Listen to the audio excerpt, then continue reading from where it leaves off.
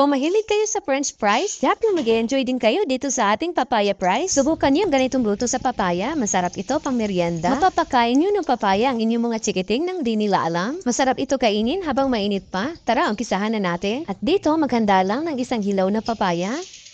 I-slice lang po natin ito ng ganito. Tanggalin lang natin yung white part sa loob ng papaya. Malambot kasi yun. At ihanda na natin ang kawali at magpainit na tayo ng tubig. At lagyan lang natin ng 3 tablespoon ng cheese powder. Kung walang cheese powder, pwede naman po asin at lagyan nyo lang ng konting orange food color. At pwede na natin ilagay ang mga na-slice natin na papaya. At pakuluan lang po natin ito ng 4 minutes. After 4 minutes, pwede na po natin hanguin itong ating mga papaya. Ilagay lang po natin sa strainer para matanggal ang mga isis na tubig.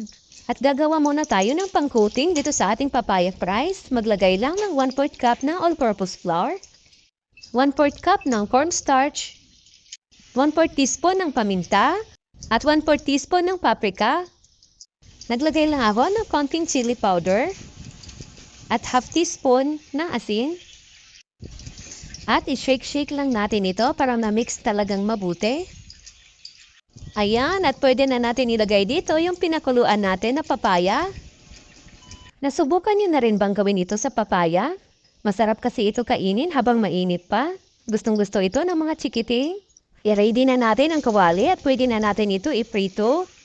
Mainam ito gawin kung walang budget at nag-request ang mga chikiting na kumain ng French fries. Hindi na yan nila mahahalata na papaya na pala kinakain nila. Ayan, at medyo na golden brown na. At kapag ganito na, pwede na po natin ito hanguin. Tingnan nyo naman para talagang French fries. Ang sarap nito papakin habang nagmuni-muni. Jarut! Ayan na po lahat ang nagawa natin pero tinira na po yung iba. At lagyan lang natin ito ng cheese na paboritong-paborito ng kapitbahay mo. Kaya kung gusto mo makatipid, subukan mo na rin gawin ito. Huwag lang puro tinola at atsara. I-try nyo naman itong papaya fries. Madali lang gawin at masarap pa. Maraming salamat hanggang sa susunod po.